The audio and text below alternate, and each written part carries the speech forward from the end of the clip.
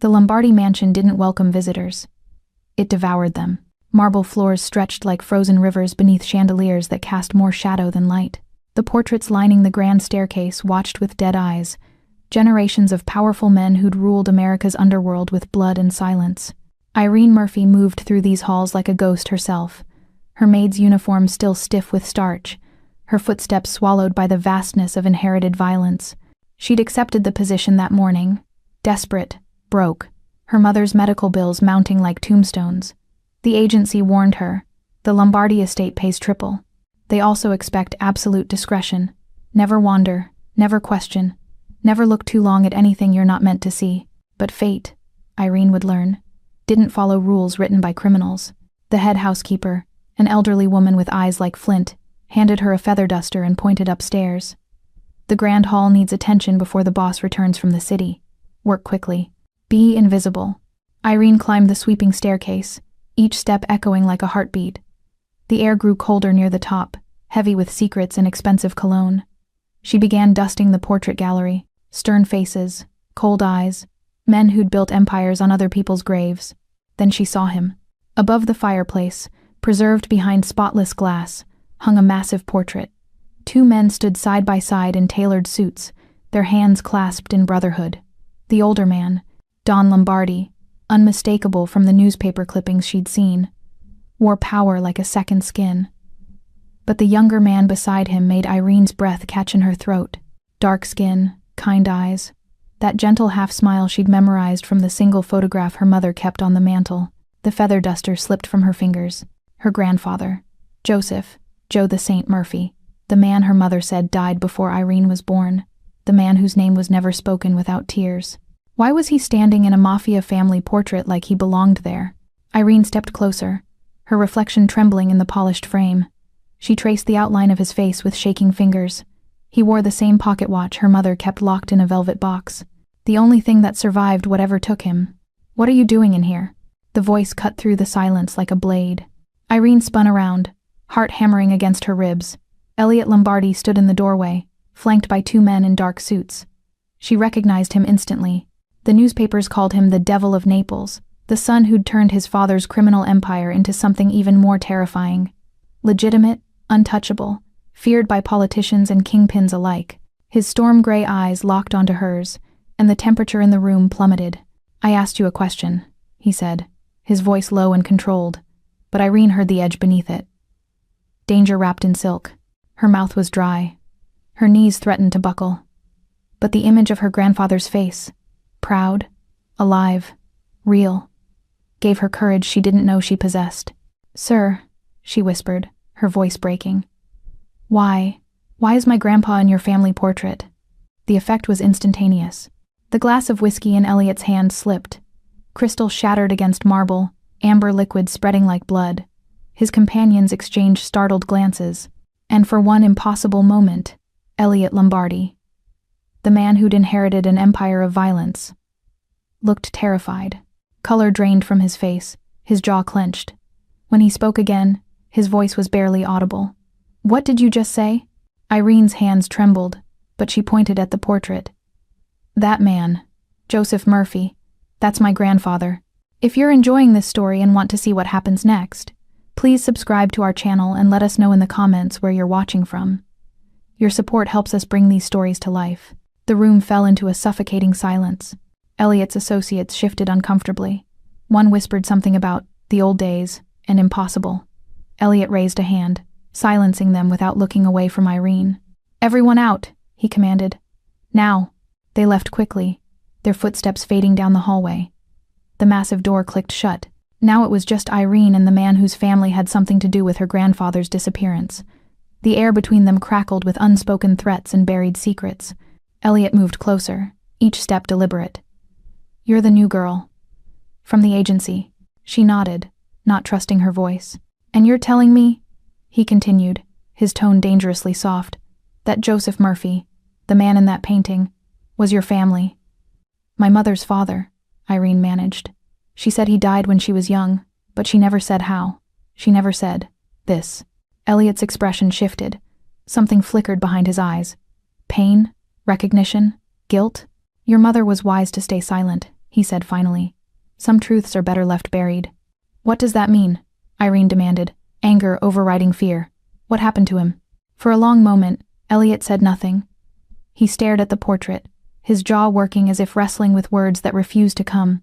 Your grandfather, he said slowly, was my father's most trusted man, his brother in everything but blood. And then, he paused, his hands curling into fists. He betrayed us. He tried to destroy everything we built. The fire that killed my father, your Joseph Murphy started it. No, Irene breathed. That's not.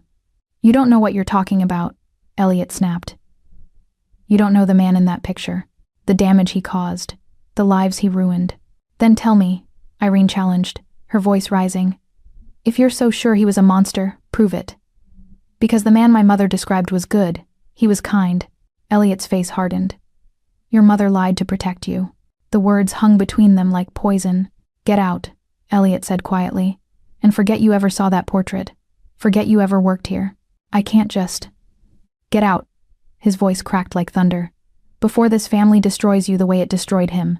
Irene stumbled backward, tears blurring her vision. She turned and fled down the staircase, his words chasing her like ghosts. Behind her, Elliot stood alone beneath the portrait. His hands shook as he poured another drink, his eyes never leaving Joseph Murphy's face. You should have stayed dead, he whispered to the painted image. We all should have. That night, rain battered Irene's window as she sat at her mother's bedside. Clara Murphy looked smaller than usual, her illness carving hollows in her cheeks, her breathing shallow beneath thin blankets. Mama, Irene whispered, clutching her mother's frail hand. I need to ask you something. About Grandpa Joseph. Clara's eyes opened and filled instantly with terror. What did you do? Her mother breathed. I saw him, Mama, in a portrait, at the Lombardi mansion. The color drained from Clara's face. She tried to sit up, coughing violently. No, baby. You need to quit that job. Tonight. You can't go back there. Why? Irene pleaded. What aren't you telling me? Tears spilled down Clara's weathered cheeks. Because they'll kill you if they know who you are, just like they killed him. The words hit Irene like a physical blow. The Lombardis, Clara continued, her voice breaking. Your grandfather worked for them. He loved them like family. But when he learned what they were really doing, the trafficking, the weapons, he tried to stop them. He tried to go to the police. And they killed him for it, Irene finished, her voice hollow. Clara nodded, sobbing now. They burned down his office. Made it look like an accident. Told everyone he was the criminal. I was pregnant with you when it happened, baby. I had to run.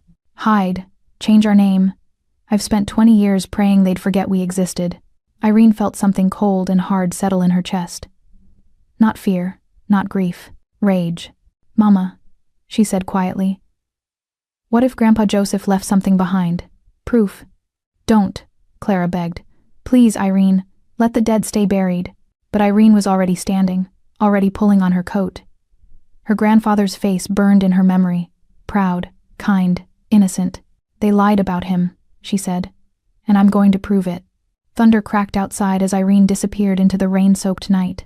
Behind her, Clara collapsed back onto her pillows, whispering a prayer into the darkness. God forgive me. I should have told her everything. 3 days passed before Irene could force herself to return to the Lombardi mansion. 3 days of watching her mother's hands tremble every time the phone rang. 3 days of Clara's whispered warnings echoing in her mind. They destroy anyone who asks questions. But curiosity was a living thing inside Irene's chest. Hungry, relentless, impossible to starve. She'd called the agency, told them she'd be back. The relief in the coordinator's voice should have been her first warning. Oh, thank God. Mr. Lombardi specifically requested you continue. He said you showed initiative. The word felt like a trap. Now, standing in the mansion's kitchen at sunset, Irene watched the other staff filter out for the evening. The head housekeeper gave her a suspicious look before leaving. Lock up the service entrance when you're finished. Don't wander. The moment the door clicked shut, Irene moved. The library was on the second floor, past the portrait gallery, down a corridor lined with doors that probably cost more than her mother's entire medical debt. She'd memorized the mansion's layout from stolen glances. Servants learned to map the cages they worked in. The library door was unlocked. That should have been her second warning. Inside, the air smelled of leather and old paper, that particular scent of secrets preserved in darkness. Floor-to-ceiling shelves stretched toward a vaulted ceiling painted with cherubs and demons locked in eternal combat. Irene ran her fingers along the spines. First editions, rare collections, books in languages she couldn't read. And then, tucked behind a row of legal texts on the bottom shelf, she saw it. A file folder, its edges worn, its label faded but still legible. Murphy. Internal Affairs, 1989. Her hands shook as she pulled it free. Dust scattered like ash. Inside were photographs. Her grandfather, younger than she'd ever seen him, standing beside a man who could only be Don Lombardi in his prime. They were laughing in one photo, arms around each other's shoulders, brothers. But the documents beneath told a different story. Memos stamped Betrayal in angry red ink. Financial records with Joseph Murphy's name highlighted. Accusations of theft scrawled in the margins. A police report about a warehouse fire that killed 3 men. Murphy's name circled, the word arson underlined twice, and at the bottom, a single page that made Irene's blood run cold. Subject: Joseph Murphy. Erased. All traces to be eliminated. Family relocated under surveillance. Any contact attempts to be reported immediately. Order signed by Don V. Lombardi. You shouldn't be in here. The voice came from the doorway. Quiet. Deadly. Familiar. Irene's heart stopped. She turned slowly, the file clutched against her chest like a shield. Elliot Lombardi stood in the shadows, still wearing his suit from whatever business kept Devils occupied. But his tie was loosened, his sleeves rolled up, and something in his eyes looked almost tired. Irene's voice caught. I was just looking for answers, Elliot finished. He stepped into the light, and she saw he was holding a glass of whiskey. About a man you never knew. About a history you don't understand. Then help me understand, Irene said, anger overriding fear. She thrust the file toward him. Tell me why my grandfather's name is stamped with erased. Tell me why your family wanted him eliminated. Elliot's jaw tightened. Put that back. No. The word hung between them. Small, defiant, dangerous. For a long moment, neither moved. Then Elliot set down his glass and crossed the distance between them in 3 strides. He was close enough now that Irene could smell his cologne, something dark and expensive that probably cost more than her rent. You want the truth? His voice dropped to something raw. Your grandfather was everything to my father. His advisor, his friend, the one man he trusted completely. He paused, pain flickering across his features. And then Joseph Murphy tried to destroy everything we built. Stole documents, contacted federal agents, the fire that killed 3 of our men, including my father's brother. Your grandfather said it. I don't believe you, Irene whispered, but her voice wavered. Believe what you want, Elliot said. But that file you're holding? Those aren't lies. Those are the documents that condemned him, the evidence that proved his betrayal. Irene's hands trembled. Then why keep his portrait? Why hang a traitor on your wall? Something shifted in Elliot's expression. A crack in the armor. Because my father loved him anyway. Because betrayal doesn't erase brotherhood. Because some ghosts refuse to stay buried. The confession felt intimate, unwilling, as if the words had escaped against his will. Neither should my grandfather have been in that painting, Irene said quietly, echoing his earlier words. If everything you're saying is true, Elliot's eyes met hers, and for the first time, she saw something other than cold control. She saw conflict, doubt, maybe even guilt. Go home, Irene. His voice softened on her name. The first time he'd used it. Before you end up like him. Is that a threat? It's a warning. He stepped back, breaking the magnetic pull between them. The truth about your grandfather won't set you free. It'll bury you. He turned toward the door, then paused. And Miss Murphy? If I find you in here again, I won't be this generous. But his tone carried no real menace. Just exhaustion. Irene watched him leave, her heart hammering. She looked down at the file in her hands, then at the window across the room where rain had begun to streak the glass. In the dark reflection, for just a heartbeat, she swore she saw another face beside her own, her grandfather's kind eyes, his gentle smile. And then, as if in warning, the image mouthed 2 words, "Don't stop." The file slipped from Irene's fingers, photographs scattering across the floor. When she looked again, the window showed only her own frightened reflection, and the empty library behind her. But she could still feel it. Her grandfather's presence, urgent and restless. The dead, it seemed, were trying to speak, and Irene was finally ready to listen. The address led Irene to a neighborhood where the houses leaned into each other like old friends sharing secrets. Mrs. Beatrice Holloway lived in a narrow brownstone with lace curtains and a garden that had surrendered to autumn. When the elderly black woman opened the door, her eyes went wide with recognition, not of Irene, but of something in her. "Lord have mercy," Beatrice whispered. "You got his eyes." Inside, the house smelled of lavender and old memories. Beatrice moved slowly, arthritis making every gesture deliberate, but her mind was sharp as she poured tea with trembling hands. "Your mother sent you," she said. "It wasn't a question." "No," Irene admitted. "She told me to stay away, but I found your name in my grandfather's old address book. You worked for the Lombardis." Beatrice's cup rattled against its saucer. 30 years I worked in that house. Watched that family tear itself apart from the inside. She studied Irene's face. "You're working there now, aren't you? That's how you found out." Irene nodded. "Then you're in more danger than you know, child." Beatrice set down her tea. Joseph Murphy wasn't just an employee.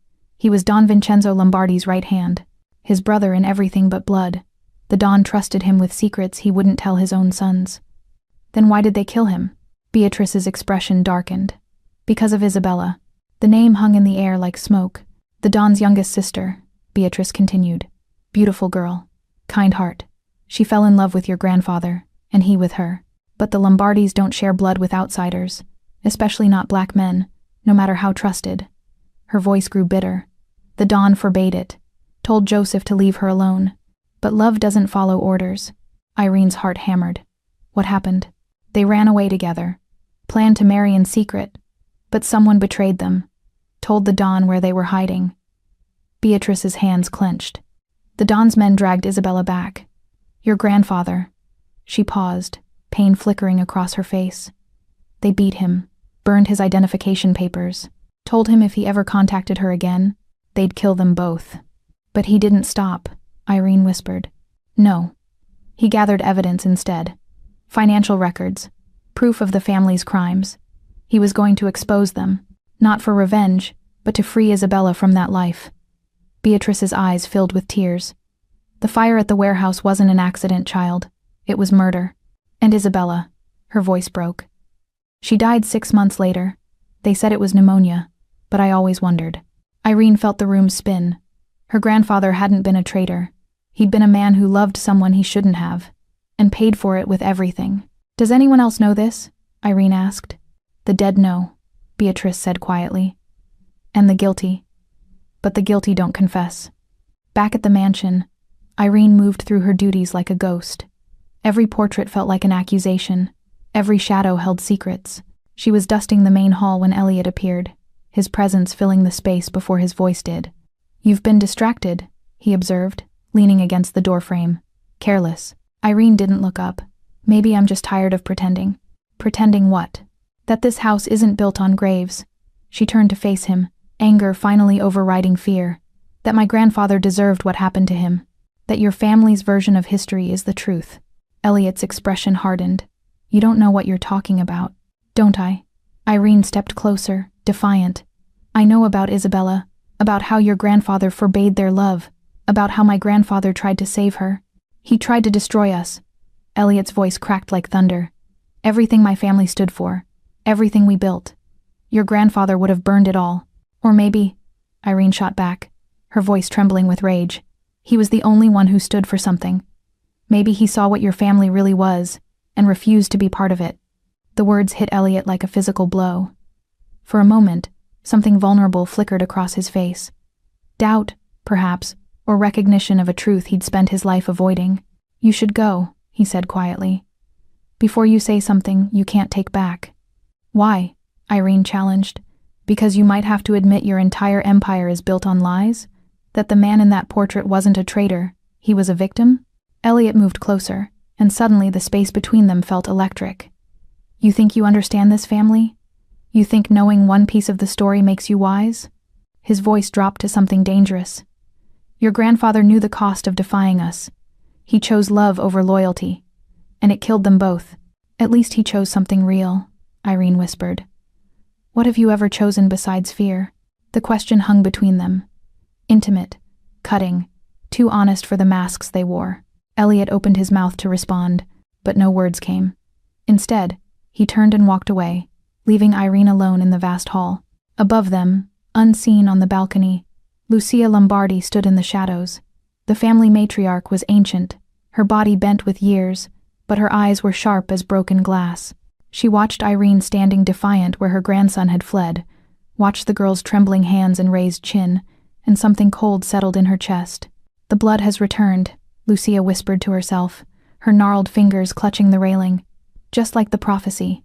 She turned away, her footsteps echoing down the marble corridor, leaving behind only the weight of words spoken to ghosts. In the library, a candle flickered. In the portrait, Joseph Murphy's painted eyes seemed to watch, and in the space between truth and lies, Irene Murphy stood at the center of a storm that had been building for 40 years, a storm that was finally ready to break. The storm arrived like divine judgment. Thunder shook the mansion's foundations as Irene moved through the corridors, securing windows against the onslaught. Rain lashed the glass in sheets, turning the world outside into liquid darkness. By 8 o'clock, the other staff had fled for safer shelter, leaving her alone in the vast estate. Or so she thought.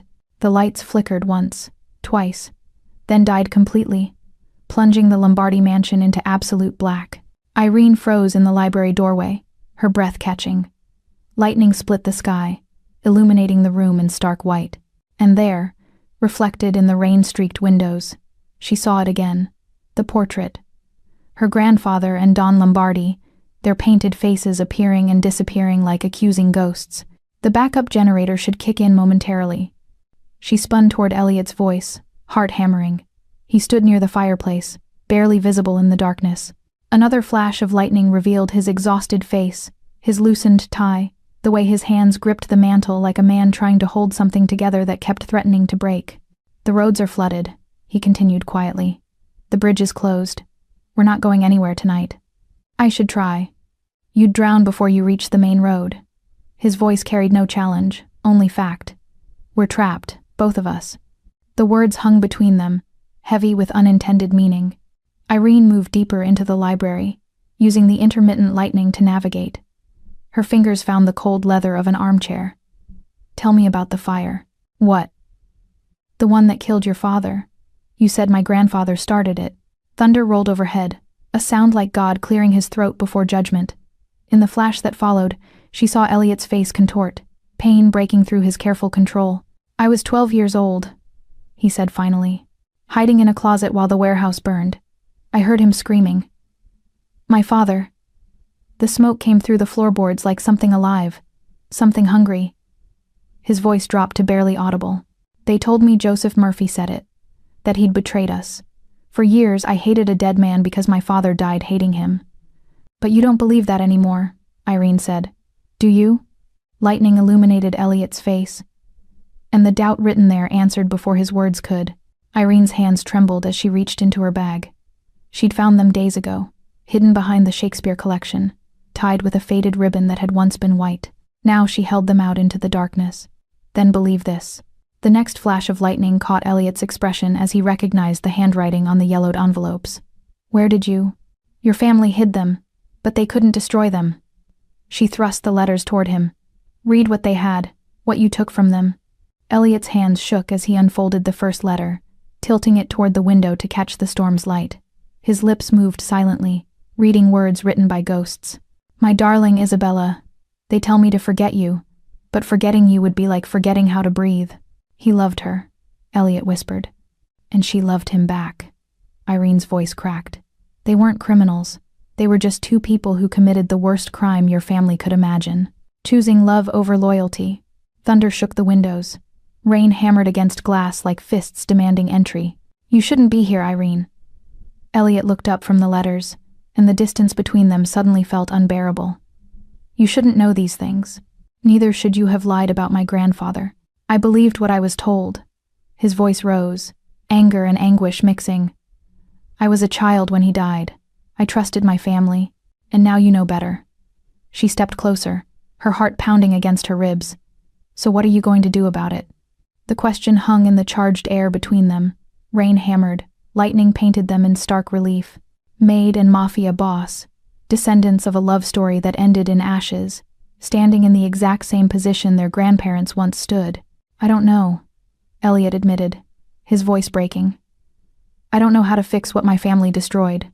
"Maybe you can't fix it." Irene moved closer still, close enough to see the storm reflected in his gray eyes. "Maybe you can only stop destroying." Their eyes met, and something shifted. The anger between them melted into something more dangerous. Recognition, connection, the magnetic pull of two people who should hate each other but couldn't. Elliot moved first, his hand coming up to her face, hesitant, trembling. "This is wrong." "I know," Irene breathed. "We're going to regret this." "I know." The kiss was desperate, born from grief and anger and forbidden desire that had been building since the moment she pointed at that portrait. It tasted like rain and whiskey, and 40 years of buried truth finally breaking the surface. Wrong and inevitable all at once, the storm raged around them as they surrendered to something neither could name or stop. The letters scattered across the floor. Love confessions from the dead witnessing the living repeat their dangerous mistakes. When they finally broke apart, both trembling, Elliot pressed his forehead to hers. "We can't do this again." "I know," Irene whispered, even as her fingers curled into his shirt. At dawn, Irene woke alone on the library sofa, covered by Elliot's jacket. The storm had passed. Pale light filtered through rain-streaked windows, making the world look newly baptized. On the desk, written in Elliot's precise handwriting, was a single line. "You shouldn't love me, Irene. You'll burn too." She crumpled the note in her fist, blinking back tears. Downstairs, hidden in the shadows of the grand staircase, Luca Moretti watched Irene descend with disheveled hair and borrowed clothing. Elliot's consigliere smiled slowly, pulling out his phone. "The boss has finally met his match," he murmured, snapping a photograph. "This should be interesting." The note appeared under Irene's door at 11:30 that night, slipped through like a serpent. "Check the wine cellar. Midnight. Come alone." No signature, no explanation. Just an invitation to danger written in elegant script that could have belonged to anyone in the mansion. Every instinct screamed, trap. But curiosity, that fatal family trait her mother had warned her about, drove Irene down the servants' stairs as the grandfather clock struck 12. Each chime felt like a countdown to something irreversible. The wine cellar was a cavern of shadows and expensive secrets. Stone walls wept with condensation. The air tasted of earth and time and things meant to stay buried. Irene's flashlight beam cut through the darkness, revealing rack after rack of bottles worth more than her mother's medical debt. Then she saw it, behind a false panel that hung slightly ajar, as if someone wanted it found. A leather-bound ledger, its pages yellowed with age, her grandfather's handwriting stark on every line. Transaction log. Joseph Murphy. 1,988 to 1,989. Her hands shook as she read by flashlight. Weapons, shipments to foreign militias, human trafficking routes through the port, political bribes itemized with brutal precision. Every crime the Lombardis committed, documented in meticulous detail. And at the bottom of each page, her grandfather's signature, not as participant, but as witness, as evidence gatherer. He'd been building a case, preparing to destroy them from within. "So you found it." Irene spun, nearly dropping the flashlight. Luca Moretti emerged from the shadows like something that had been waiting there all along, his smile cold and satisfied. "Trespassing after hours. Theft of private documents," he skecked softly. The police would be very interested in a desperate young woman breaking into her employer's wine cellar, especially one with such an interesting family history. "I was invited." "By whom?" Luca's smile widened. "Show me the note then." "Oh wait, I'm sure you destroyed it. How convenient." Irene clutched the ledger to her chest, her back against the wine rack. "Why are you doing this?" "Because Elliot has forgotten what it means to be a Lombardi." Luca moved closer, his footsteps echoing on stone. "He's let sentiment make him weak. Let a Murphy. A Murphy. Into his bed and his confidence. Someone needs to remind him where his loyalties should lie. She's not going anywhere." The voice cut through the cellar like a blade. Elliot descended the stairs, fury in every measured step. His presence filled the underground space, transforming it from Luca's trap into something far more dangerous. His eyes found Irene first, checking if she was safe, if she was whole, before turning to his consigliere. "Boss," Luca said carefully, his tone shifting to placating. She has the Murphy ledger. That document could destroy everything we've built. I was simply securing. By setting a trap for her? Elliot's voice dropped to something lethal. By summoning her here in the middle of the night like prey? Luca's jaw tightened. I'm protecting this family. Something you seem to have forgotten how to do. Who told her where to find it? Elliot moved closer, and even Luca took an involuntary step back. Who left that panel open? Who sent that note? The silence that followed was damning. You wanted me to see this, Irene whispered, understanding flooding through her. You wanted Elliot to catch me with it. To force him to choose. Luca's smile returned, colder now. He needs to remember what side he's on. What happens to those who threaten the Empire? Stand down, Luca. Elliot's command was quiet but absolute.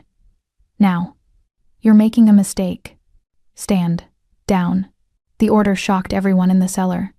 Luca most of all. For a long moment, the consigliere stared at his boss, seeing something he'd never seen before.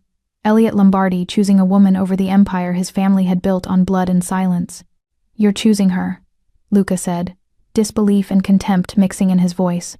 Over everything. Over all of us. I'm choosing to hear the truth, Elliot corrected.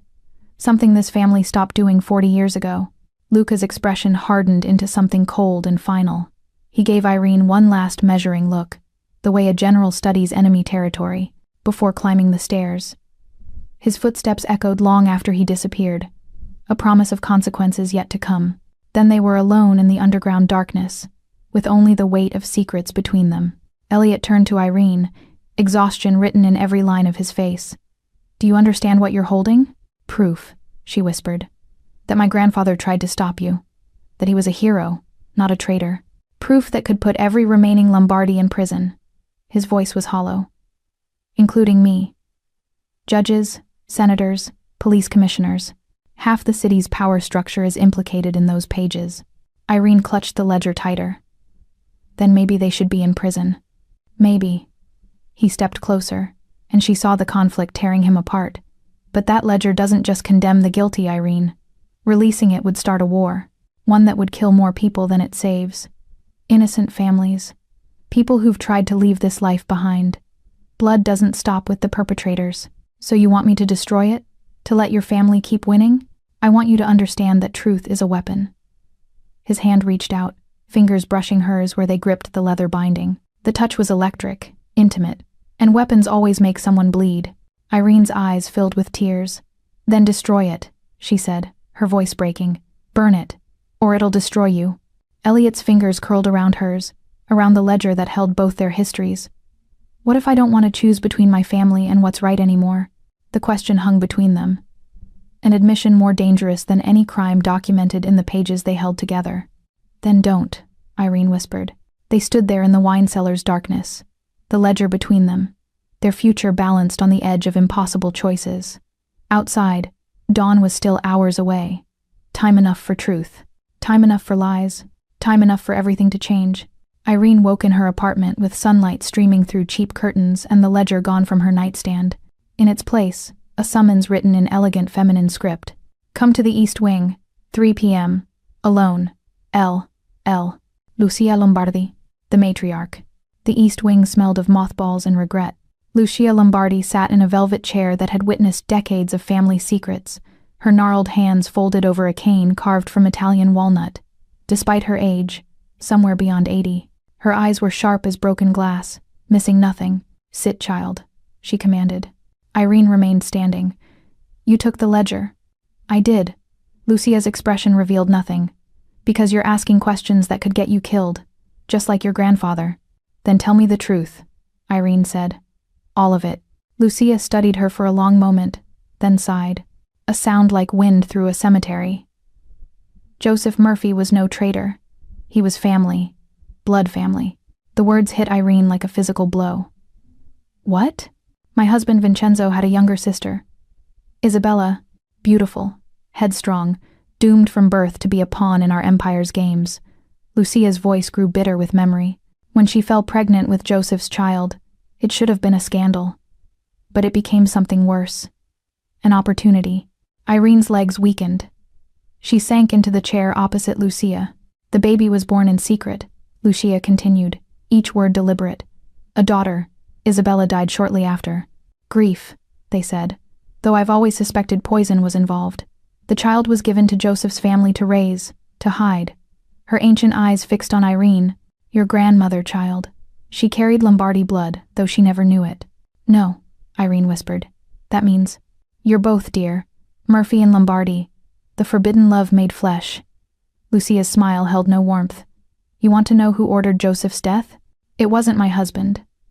Vincenzo loved that man like a brother. The grief nearly killed him. Then who? My daughter-in-law, Elliot's mother. Lucia spat the words like poison. Vittoria Lombardi. She married into this family with ambitions that would shame Lucifer himself. When Joseph discovered her plans to expand into arms trafficking, selling to terrorists, warlords, anyone with money, he threatened to expose everything. Irene's hands trembled. So she killed him. She orchestrated the warehouse fire, made it look like Joseph's betrayal caused it. 3 men burned that night. Lucia's voice cracked, including her own husband, my son, Elliot's father. She sacrificed him to eliminate Joseph and seize control of the empire. Does Elliot know? Elliot knows the lie his mother fed him, that his father died a hero trying to stop Joseph Murphy's betrayal. Tears glinted in Lucia's ancient eyes. He spent his entire life avenging a murder that never happened, hating a man who was his uncle, building an empire on his mother's sins. The door behind them opened.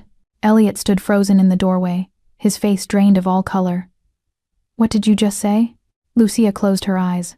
I'm sorry, Nipote. I should have told you years ago. My mother. Elliot's voice was barely audible. She killed my father?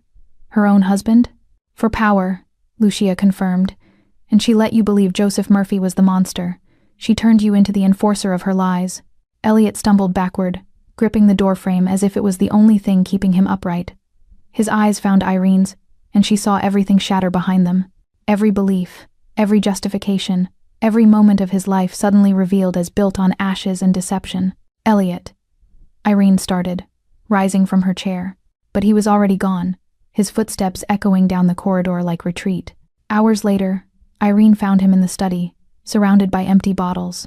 The portrait of his father and Joseph Murphy hung illuminated by a single lamp, 2 men laughing together, oblivious to the betrayal that would destroy them both.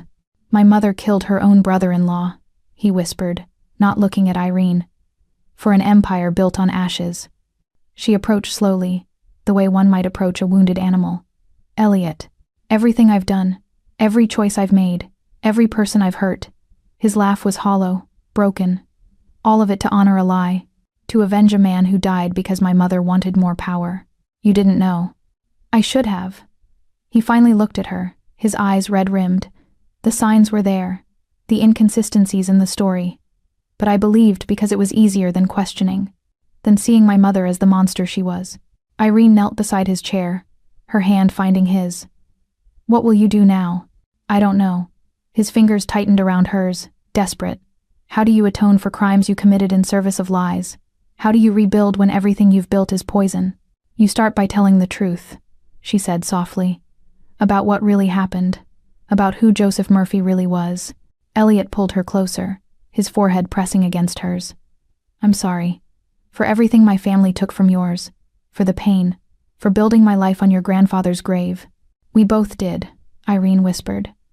We're both standing on graves. But maybe we can be the ones who finally stop digging. He kissed her then. Not with the desperate passion of the storm night, but with something deeper. Grief and gratitude and the tentative hope of 2 people who'd found each other in the wreckage. The moment shattered when rapid footsteps approached.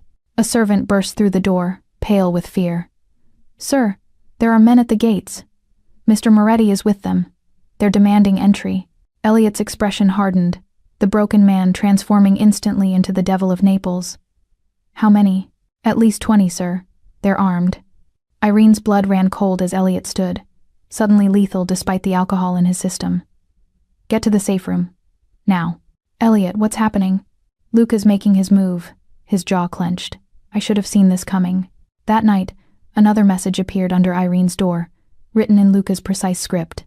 The truth dies tonight. L. Outside, engines roared, men shouted orders. And somewhere in the darkness, a war that had been brewing for 40 years finally ignited. Irene clutched the note, her heart pounding, as gunfire shattered the night. The betrayal had begun. The mansion transformed into a battlefield in minutes. Luca's men breached the gates with military precision. This wasn't spontaneous rage, but carefully orchestrated mutiny. They'd been planning this for weeks, waiting for the perfect moment when Elliot's guard was down, his loyalties divided, waiting until he'd fallen in love. Gunfire erupted from the east wing. Glass shattered in the conservatory. Elliot's remaining loyalists scrambled to defensive positions as Irene crouched behind the study desk, her heart hammering against her ribs like something trying to escape. "You need to leave," Elliot said, pressing a set of car keys into her palm. His other hand held a gun, chambered and ready. "Tunnel beneath the wine cellar. It leads to the old carriage house. Take the Mercedes and don't look back." "I'm not leaving you, Irene." A window exploded behind them. Glass rained like deadly snow, and Elliot shoved her down, his body covering hers as bullets punched through the wall where her head had been. "I'm not leaving you," she screamed over the gunfire. Elliot's response was cut short by voices in the hallway. Multiple men, moving with tactical precision. Then Luca's voice, amplified through a megaphone. "Elliot Lombardi, come out and we'll make this quick. Hide, and we burn the building with everyone inside." Elliot's hand found Irene's face, thumb brushing her cheek with devastating gentleness. "If we survive this." "When we survive this," she corrected fiercely. A ghost of a smile crossed his lips before he became the devil of Naples again. Cold, calculating, lethal. "Stay behind me. Move when I move. Understand?" She nodded, and they slipped through the study's hidden panel into the servants' passages. The walls were thin enough to hear Luca's men ransacking rooms, searching for their target. They emerged in the grand hall to find Luca waiting with a dozen armed men. The Mafia council stood behind them, old men in expensive suits who'd decided Elliot's empire was ripe for the taking. "Gentlemen," Elliot said calmly, descending the stairs as if he still owned them. Which, technically, he did. Breaking and entering. "That's beneath you, Luca. You've gone soft, boss." Luca's smile was serpentine. "Letting a Murphy, into our home. Into your bed. Did you think I wouldn't notice? That the council wouldn't care? What I do is none of your concern. It is when you're compromised." Luca turned to the council. "Tell them, Elliot. Tell them what your grandmother revealed, that this woman—" He gestured to Irene with disgust. "Carries Lombardi blood. That Joseph Murphy was family. That your mother built this empire on fratricide." The council members shifted uncomfortably. This was clearly news to them, ammunition Luca had saved for maximum impact. "It's true," Elliot said quietly, and the admission sent ripples through the assembled men. Every word. "My mother killed her brother-in-law and her own husband to seize power. I've spent my life enforcing her lies. And now you want to what?" Luca sneered. "Apologize? Make amends? The Lombardis don't apologize, Elliot. We take, we destroy, we survive." "Maybe," Elliot said, his voice dropping to something dangerous. "It's time we learn to be something else." Luca's laugh was harsh. "The boss has finally lost his mind. Gentlemen, I propose we." "You propose nothing." Elliot's command cut through the hall like winter wind. "This is still my empire, Luca, and you're still a soldier who just committed treason." "Treason?" Luca pulled his gun, and suddenly every weapon in the room was raised, loyalties fracturing along invisible lines. "I'm saving us from your weakness, from the enemy's seed standing beside you." Irene stepped forward, defiant despite the guns pointed at her heart. "My grandfather tried to save this family. He died trying to stop them from becoming monsters. Maybe if you'd listened." The gunshot was deafening. Time slowed. Irene saw the barrel flash, felt Elliot shove her aside with brutal force, heard his grunt of pain as the bullet meant for her tore through his shoulder instead. Then chaos. Elliot's loyalists flooded the room from hidden positions. Gunfire erupted. The council scattered like roaches. And Irene, gentle, non-violent Irene who'd never hurt anyone, grabbed Elliot's fallen gun and fired. Luca's man dropped, clutching his leg, screaming. She'd never fired a gun before. Her hands shook violently. But Elliot was bleeding, and survival didn't care about morality or principles or who you thought you were before everything went to hell. "Go!" Elliot roared, returning fire with his good arm. Blood soaked his shirt, spreading like accusation. "Service exit, now!" They ran through smoke and blood, Elliot's wound leaving a trail of crimson on marble floors. Behind them, Luca's voice echoed, After them, don't let them reach the garage. They almost made it to the carriage house when Luca stepped from the shadows, gun trained on Irene's heart with surgical precision. Let's see, he said softly, almost conversationally, how much the devil of Naples really loves his maid. Elliot froze, his weapon half raised. Blood soaked his entire left side now. His face was pale with loss, but his eyes were clear, calculating distances, angles, impossible odds. Drop it, Luca commanded. Or she dies, right here, right now. Elliot's eyes met Irene's. In that gaze, she saw everything: regret, fury, and something that looked heartbreakingly like love, like sacrifice. The gun clattered to the ground. Luca smiled, victory written in every line of his face. Good. Now we can finally. The explosion came from nowhere. Lucia Lombardi, ancient and furious, firing from the mansion doorway with a rifle that looked older than she was. Luca ducked, his shot going wild. Elliot tackled Irene to the ground as bullets flew overhead, his body covering hers, protecting her even as his own life leaked onto the pavement. When the smoke cleared, Luca was gone, vanished into the night with half his men, leaving bodies and promises of vengeance in his wake. But the war, Irene knew as Elliot's blood soaked through her clothes, had only just begun. Above them, the mansion burned, flames consuming 40 years of lies, finally setting the ghosts free. The world had narrowed to 3 things: Elliot's labored breathing, the acrid taste of smoke, and Luca's voice echoing through the burning mansion. Come out, little maid. Let's finish what your grandfather started." Irene pressed herself against the wall of the servants' corridor, her hands slick with Elliot's blood. He'd lost too much. His shirt was drenched, his face pale as death, but his eyes remained sharp, calculating even through the pain. "Leave me," he whispered. "Take the tunnel. I'll buy you time." "Shut up." She tore a strip from her blouse, binding his shoulder with trembling hands. "We're both getting out, or neither of us are." A ghost of a smile crossed his lips. "Stubborn. I learned from the best." Smoke thickened around them. Somewhere above, timber cracked, the mansion devouring itself from within. Luca had set fires throughout the estate, ensuring no escape, no evidence, no survivors to tell the truth. He was erasing history the way the Lombardists always had, with flames and violence.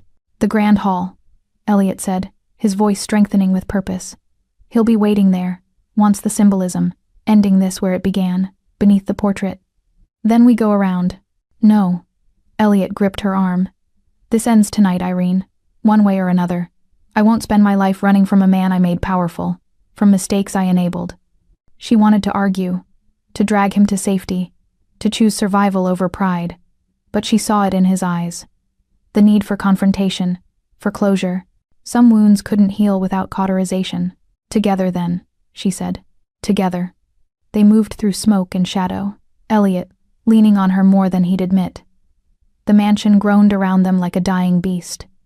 40 years of secrets finally burning free. Through the haze, Irene glimpsed rooms she'd cleaned. The library where they'd first kissed, the wine cellar where truth had first shown its face, the portrait gallery where her grandfather's painted eyes had watched her discover everything, all of it burning. The grand hall was an inferno's anteroom.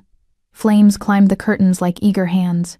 The chandelier swayed overhead, crystals catching firelight and throwing it back in accusatory sparkles. And there, centered beneath the portrait of Joseph Murphy and Don Lombardi, stood Luca Moretti. His suit was torn, blood staining his collar from Lucia's earlier shot. But his gun was steady, his smile cold and satisfied. "The devil of Naples and his whore," he said conversationally. "How poetic, how perfectly tragic." "It's over, Luca." Elliot straightened despite his wound, standing without Irene's support. "The council scattered. Your coup failed." "Failed?" Luca laughed, the sound brittle and unhinged. "Look around you, Elliot. The empire's burning. The truth's coming out. By dawn, every newspaper will know what the Lombardis really are. Murderers, thieves, built on fratricide and lies." He gestured with the gun. "I may not get the throne, but I'll make damn sure you don't keep it." "I don't want it anymore," Elliot said quietly. The admission shocked everyone. Even Luca faltered. "I'm done," Elliot continued. "Done enforcing lies. Done building on graves. You want the empire? Take it. Choke on it the way my mother did. The way I almost did. You think I'll just let you walk away?" Luca's voice rose, fury breaking through his control. After you chose her over all of us? After you betrayed everything we built? I betrayed nothing, Elliot said. I stopped betraying myself. Luca's gun swung toward Irene. Then watch her D for your enlightenment. Everything happened in the space between heartbeats.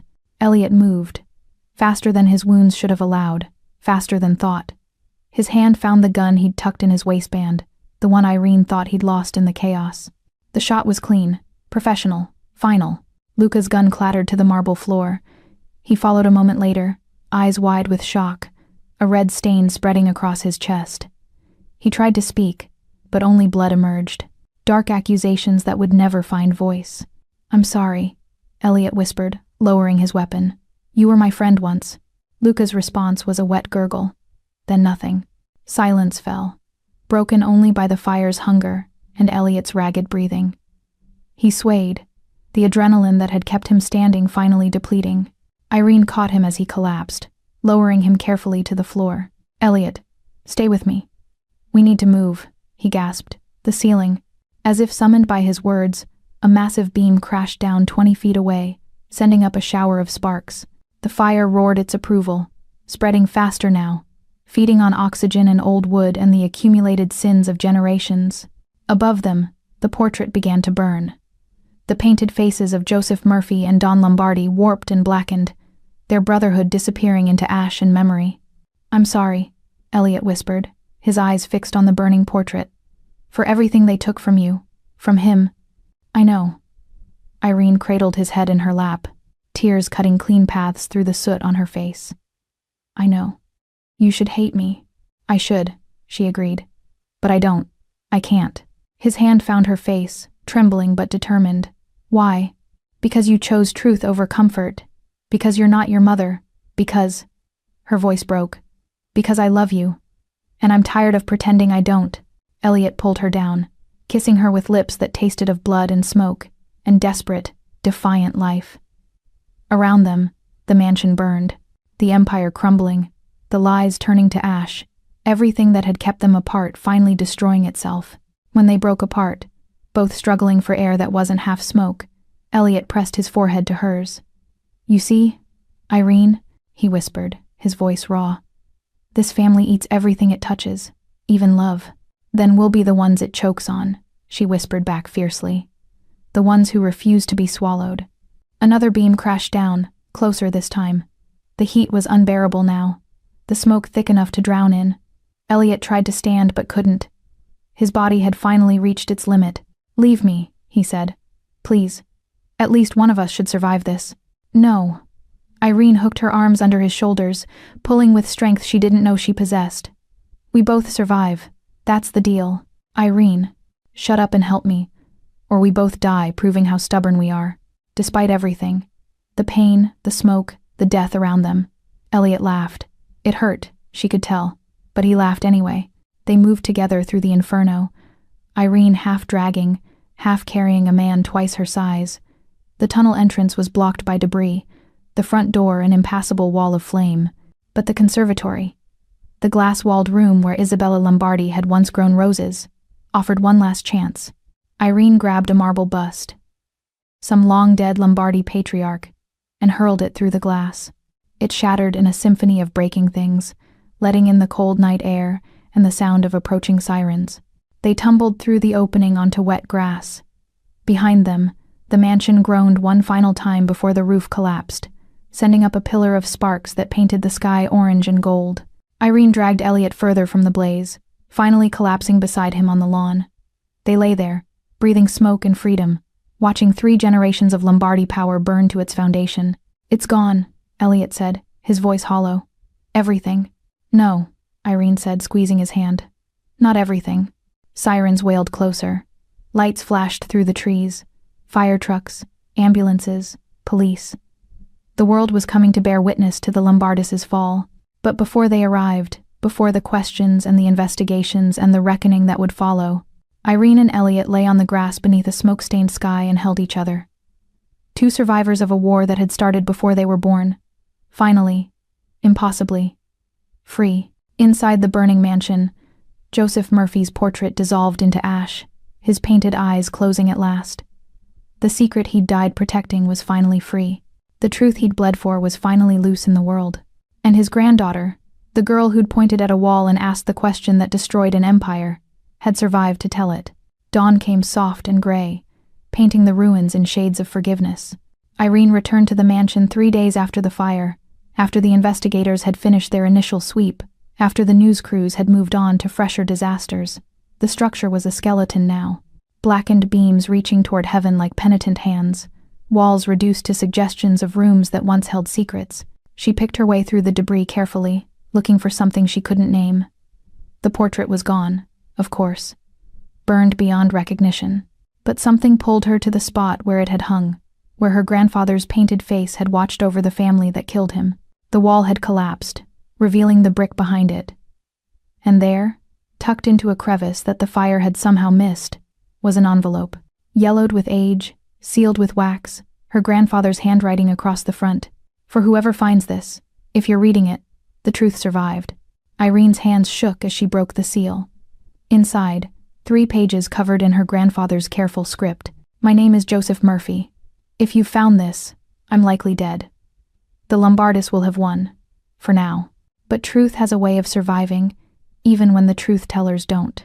I write this knowing that Isabella, my love, my heart, the only good thing this cursed family ever produced, is dying. They're poisoning her slowly, making it look like grief, and I can't prove it, can't stop it. Can only watch and document and hope that someday, someone will care enough to look. I'm Elliot's uncle, though the boy will never know it. Isabella's child, that beautiful girl, carries my blood and theirs. She's the bridge between 2 families that should never have been at war.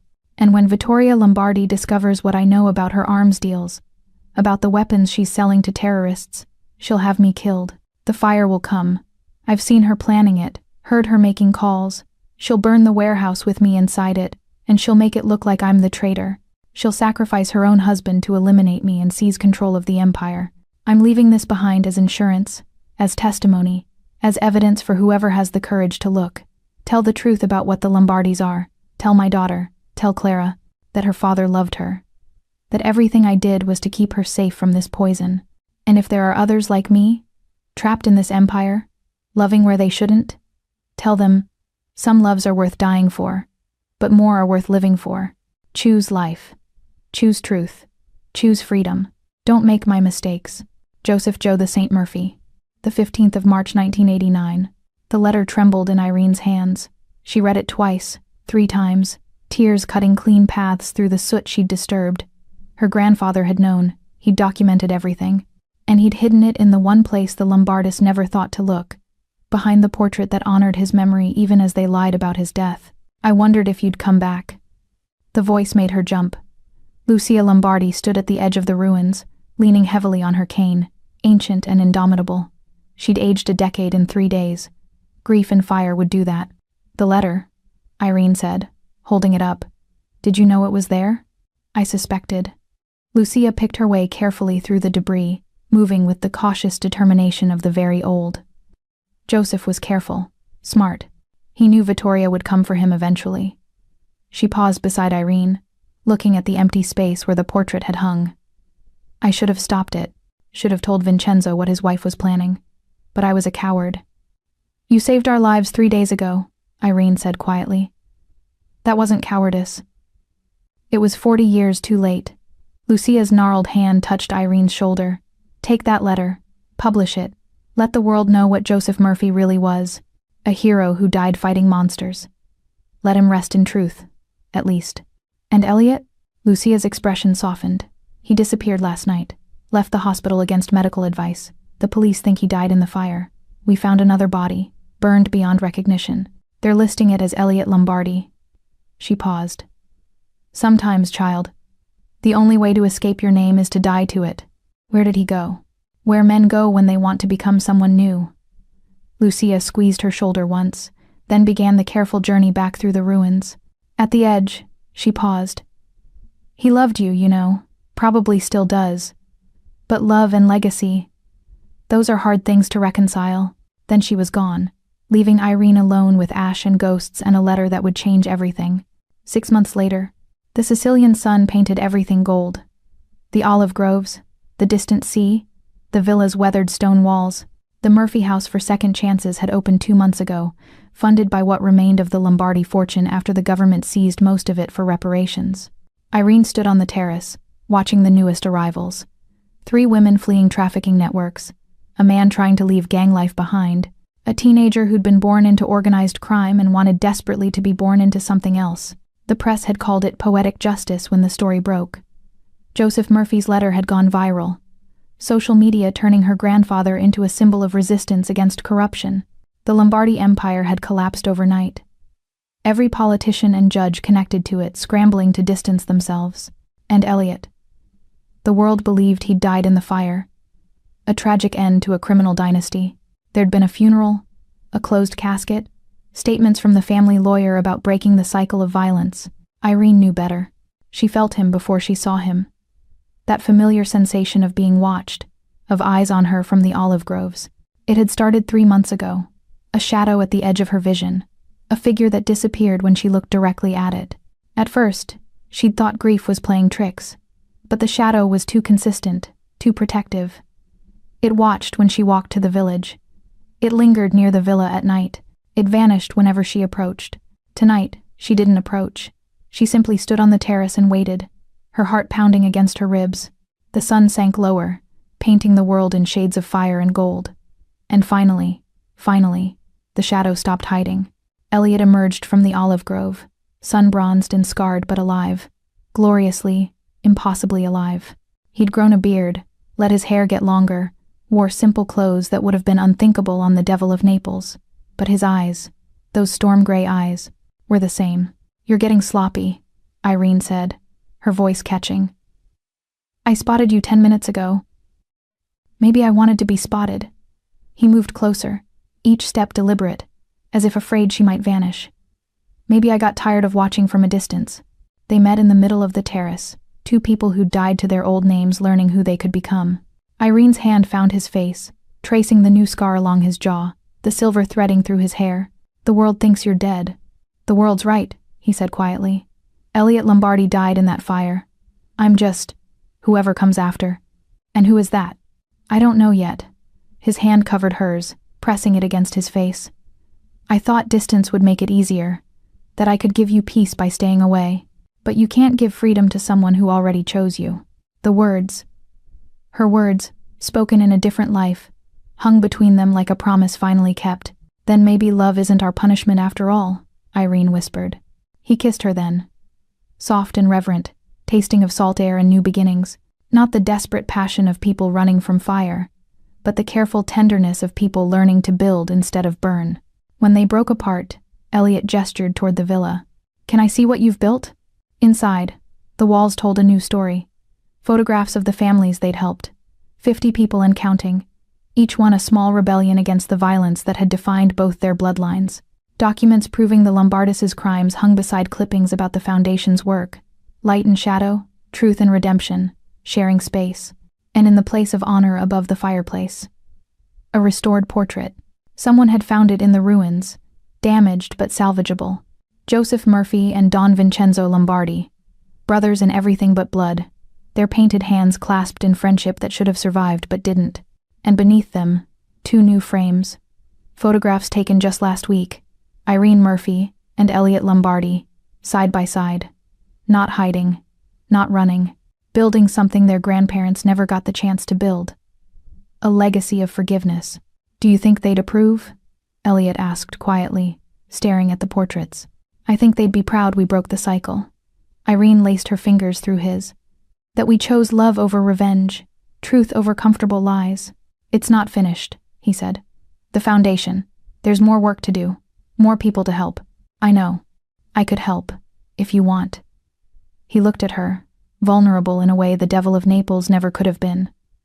"I know things, about how these networks operate, about how to find people who are trapped, who want out, but don't know how." "You want to work here? At the Foundation?" "I want to atone," he said simply. "For the years I spent enforcing lies, for the people I hurt in service of an empire built on ashes. I can't undo it, but maybe." His voice caught. "Maybe I can do something that matters." Irene pulled him close, feeling his heart beat against hers.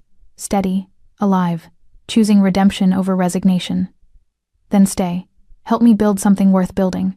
Outside, the sun sank into the Mediterranean, painting the world in shades of fire and gold. And in a villa in Sicily, two people who should have been enemies learned what their families never could. Some bloodlines build empires that devour everything they touch. Some build something better. Theirs built redemption.